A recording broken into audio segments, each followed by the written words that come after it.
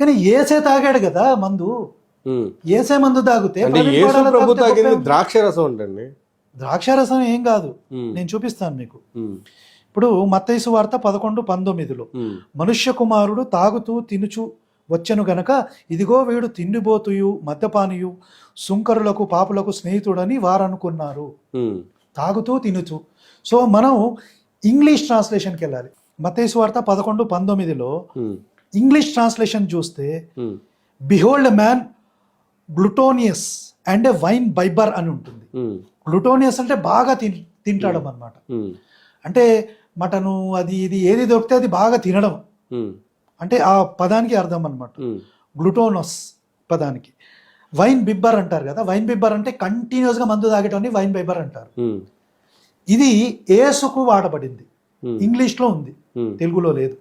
తాగుతూ తినుచు వచ్చాడు కాబట్టి తిండిబోతూ మద్యపానీయు అని ట్రాన్స్లేషన్ చేశారు. యాక్చువల్గా యేసు దాగినంత మందు బహుశా ఎవ్వరు తాగరు, ఈ పాస్టర్లు కూడా తాగరు, ప్రవీణ్ పగడాల కూడా తాగడేమో. సో ఇంకోటి ఇదే మళ్ళీ లూకాసు వార్త 7:34 కూడా రిపీట్ అవుతుంది. వైన్ బైబర్ అంటారు. ఏసే మందు తాగితే క్రైస్తవుల మందు తాగితే తప్పేంటండి? ఏసే తాగాడు. ఇదే కాదు, మనం యోహాను సువార్త 2వ ఉంటుంది, అక్కడ వాటర్ని వైన్ చేస్తాడు యేసు. వాటర్ని అంటే వైన్ అయిపోతుంది అక్కడ, ఒక పెళ్లి సందర్భం, అక్కడ వైన్ అయిపోతే యేసు మ్యాజిక్ చేసి వాటర్ని వైన్ చేస్తాడు. వైన్ చేసి అందరూ తాగి బాగా మత్తొస్తుంది, చాలా బాగుంది అని మెచ్చుకుంటారు యేసుని. ఏసే మందు తాగితే ప్రవీణ్ పగడాల తాగితే తప్పే ఉందండి? తాగొచ్చు, బైబిల్ ప్రకారం తాగొచ్చు.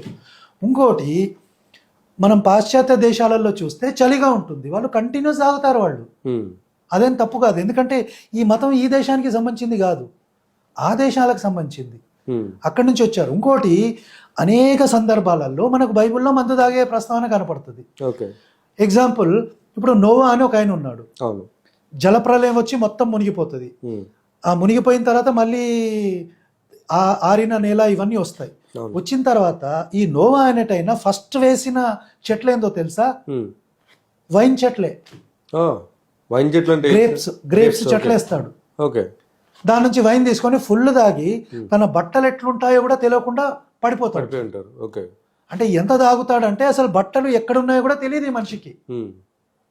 సో కొడుకులు వచ్చి మీద గుడ్డ కప్తారు, ఒక ఆయన కప్పడు కాబట్టి ఆయనకు శాపం పెడతాడు. అంటే మనం ఇమాజిన్ చేసుకోవాలి, ఒక ఇంట్లో ఒక తండ్రి ఎలా ఉండాలండి? నలుగురికి మంచి చెప్పాలి, అరే ఇలా కాదురా ఇలా ఉండాలి అని చెప్పాలి. ఒక తండ్రే ఫుల్గా తాగి ఎలా బట్టలు ఉన్నాయో చూసుకోకుండా పడుకున్నాడు, వాడు లేచి ఒక కొడుకు నాకు గుడ్డ కప్పలేదు అని వాడికి శాపం పెడుతున్నాడు. ఈ నీతి బైబిల్ నుంచి మనం నేర్చుకోవాలన్నా?